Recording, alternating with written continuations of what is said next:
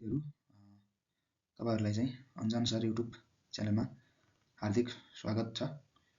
आज चाहिँ अन्जान sir YouTube च्यानलबाट हामीले विशेष गरिकन कक्षा 12 जो 9 12 इन्जिनियरिङ पढिरहनु भएको विद्यार्थी हुनुहुन्छ उहाँहरुको लागि चाहिँ आज हामीले स्पेशल एउटा भिडियो लिएर आएका छौं।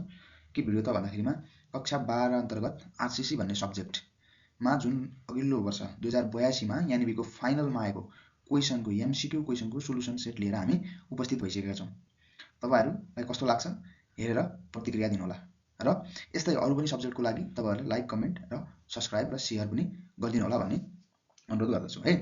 ल साथीहरु, स्पेशली मैले फेरि पनि भने कक्षा 12 जसमा चाहिँ सिभिल इन्जिनियरिङ धारतर्फको कक्षा 12 को आरसीसी विषयलाई हामीले आज के गरेका छौं त प्राथमिकतामा राखेर यो भिडियो बनाएका छौं र उक्त विषयमा 9 वटा मल्टिपल चोइस क्वेशन सोध्ने गरेको छ र तिनै चोइस क्वेशनहरु तिनै मल्टिपल चोइस क्वेशनहरु अघिल्लो वर्षको क्वेशनलाई हामीले यहाँ राखेका छौं र हेरौँ है त हामी त्यसलाई अध्ययन गर्ने प्रयास गर्ने छौं। ल हेर्नुस् त यहाँ पहिलो क्वेशन भनेको छ the maximum area of tension reinforcement in beam shall not exceed भनेको छ। टेन्सन रेन्फोर्समेन्ट बीममा टेन्सन रेन्फोर्समेन्टमा म्याक्सिमम कति % राख्न मिल्छ भनेको छ भने यसको आन्सर कति हुन्छ त साथीहरु मिनिमम कति र म्याक्सिमम कति भन्ने हुन्छ। तर हामीलाई अहिले के सोधेको छ त म्याक्सिमम सोधेको छ। म्याक्सिमम चाहिँ के हुन्छ त हाम्रो 4% हुन्छ है त। त्यसले गर्दाखेरि यसको आन्सर कति हुने भयो अप्सन सी 4% हुने भयो है। त्यसै गरिकन हामी क्वेशन नम्बर 2 मा जान्छौं। क्वेशन नम्बर 2 ले के सोधेको छ impose load is also known as भनेको छ। इम्पोज लोड भनेको के हो भनेको छ। त्यहाँ हेर्नुस् त चारवटा अप्सन छ। स्पेशल लोड होइन, स्नो लोड होइन, विन्ड लोड पनि होइन भनिसकेपछि यसको करेक्ट आन्सर के भयो त अप्सन बी चाहिँ के भयो त करेक्ट आन्सर भयो। त्यसले गर्दा के भयो त impose load is also known as live load हुन गयो है साथीहरु। अब त्यसै गरिकन हामी कहाँ जान्छौं क्वेशन नम्बर 3 मा जान्छौं। क्वेशन नम्बर 3 ले के भनेको छ त भन्दाखेरिमा in RCC beam as the percentage area of tensile steel increase भनेको छ। यदि कुनै पनि बीममा टेन्साइल स्टीलको पर्सेन्टेज अफ एरिया बढ्यो भने अथवा टेन्साइल स्टील बढ्यो भने डेप्थ अफ नेचुरल एक्सिस बढ्छ या घट्छ भनिरहेको छ। जहिले पनि साथीहरु के बुझ्नु होला भने यदि टेन्साइल स्टील बढ्यो भने त्यो अवस्थामा चाहिँ के हुन्छ त डेप्थ अफ नेचुरल एक्सिस के हुन्छ बढ्न जान्छ। यदि टेन्साइल स्टील कम छ भने त्यतिखेर चाहिँ के हुन्छ त डेप्थ अफ नेचुरल एक्सिस के हुन्छ त अथवा न्यूट्रल एक्सिस चाहिँ कम हुन्छ। टेन्साइल स्टील बढेको केसमा चाहिँ के हुन्छ त डेप्थ अफ नेचुरल एक्सिस चाहिँ के हुन जान्छ बढ्न जान्छ। त्यसले गर्दाखेरि यो क्वेशनको आन्सर के हुन गयो option A is a right answer है त। अब त्यसै गरिकन क्वेशन नम्बर 4 मा छ।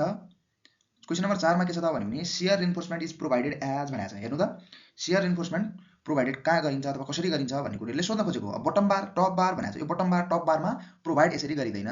यसको के हुन्छ त भर्टिकली गर्न सक्छ या इन्क्लाइन गर्न सक्छ या के गर्न सक्छ त बेन्ट अप बार गर्न सक्छ। त्यसले गर्दाखेरि यसको आन्सर के हो त शियर रिइन्फोर्समेन्ट चाहिँ कहाँ प्रोभाइड गरिन्छ त बेन्ट अप बार भनेर यसको आन्सर चाहिँ के हुने भयो बेन्ट अप बार हुने भयो। ल हेर्नुस् अब त्यसै गरी क्वेशन नम्बर 5 फेरि क्वेशन नम्बर 5 ले के सोध्यो त भन्दाखेरिमा which of the following size of bar can not be used as longitudinal bar of column.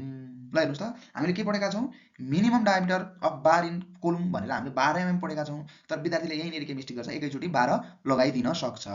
तर क्वेशनले के सोधेको हो त भन्दाखेरिमा कुन चाहिँ हामीले युज गर्दैनौं भनेको दिएका मध्ये कुन चाहिँ बार युज गर्दैनौं भनेको। तर हामीले के गर्छौं हतारमा एकैचोटी सबैभन्दा मिनिमम 12 हो भनेर 12 मा टिक लगाउने गर्छौं। त्यसले गर्दाखेरि हाम्रो के हुन जान्छ आन्सर रङ हुन जान्छ। कुन चाहिँ युज गर्दैनौं मिनिमम 12 युज गर्छौं भनेपछि 16 पनि युज गर्छौं र 16 युज गर्छौं भनेपछि 20 पनि युज गर्छौं भनेपछि कुन चाहिँ युज गर्न मिल्दैन त 10 चाहिँ युज गर्न मिल्दैन।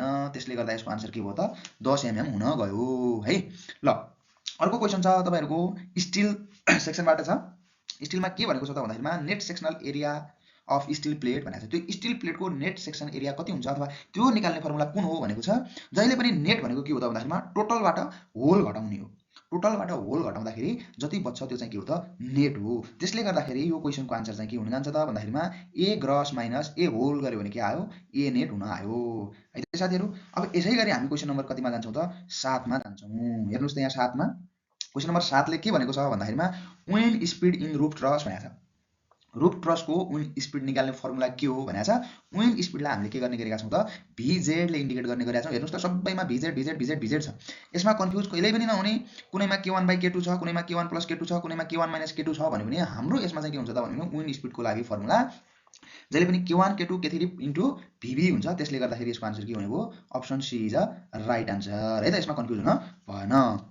र क्वेशन नम्बर 8 ले के भन्यो भन्दाखेरिमा the modulus of elasticity of sal wood is भनेर भनेको छ। यो के सोधेको हो त भन्दाखेरिमा साल वुडको लागि e को भ्यालु कति हुन्छ यानि कि मोडुलस अफ इलास्टिसिटी कति हुन्छ भन्ने कुरो छ।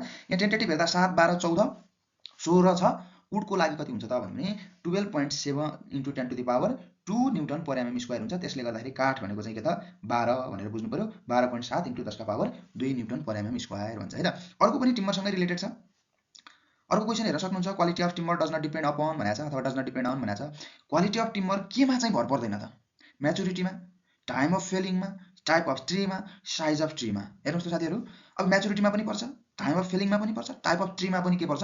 क्वालिटी डिपेन्ड पर्छ। तर के त साइज कत्रो छ त्यसले चाहिँ के म्याटर गर्दैन, त्यसको क्वालिटी म्याटर गर्दैन। त्यसले गर्दाखेरि के हो त यसको सही आन्सर साइज अफ ट्री हुन गयो। ल साथीहरू, आजलाई चाहिँ हाम्रो के हो त भन्दाखेरिमा आरसीसीमा गत साल 2082 सालको राष्ट्रिय परीक्षा बोर्डबाट द्वारा सञ्चालित परीक्षामा सोधिएका 9वटा एमसीक्यूहरूको हामीले के गर्यौँ त आज सोलुसन गरेका छौँ। यस्तै हरेक सब्जेक्टको लागि हामीले के गर्छौँ त दिनमा प्रत्येक दिन हामीले भिडियो अपलोड गर्छौँ। तपाईहरूले यसमा प्रतिक्रिया दिनु होला, लाइक कमेन्ट सेयर गर्नु होला है। र भोलि फेरि यही समयमा हामी तपाईँहरूलाई मेकानिक्स अफ स्ट्रक्चर अथवा चाहिँ के फ्लुइड मेकानिक्स अथवा त कन्स्ट्रक्सन म्यानेजमेन्ट हामीले सम्पूर्ण चाहिँ सब्जेक्टको चाहिँ भिडियो यसरी नै लिएर आउनेछौँ। तपाईँहरूले लाइक सब्सक्राइब र कमेन्ट गर्न नबिर्सिनु होला। हस्, धन्यवाद।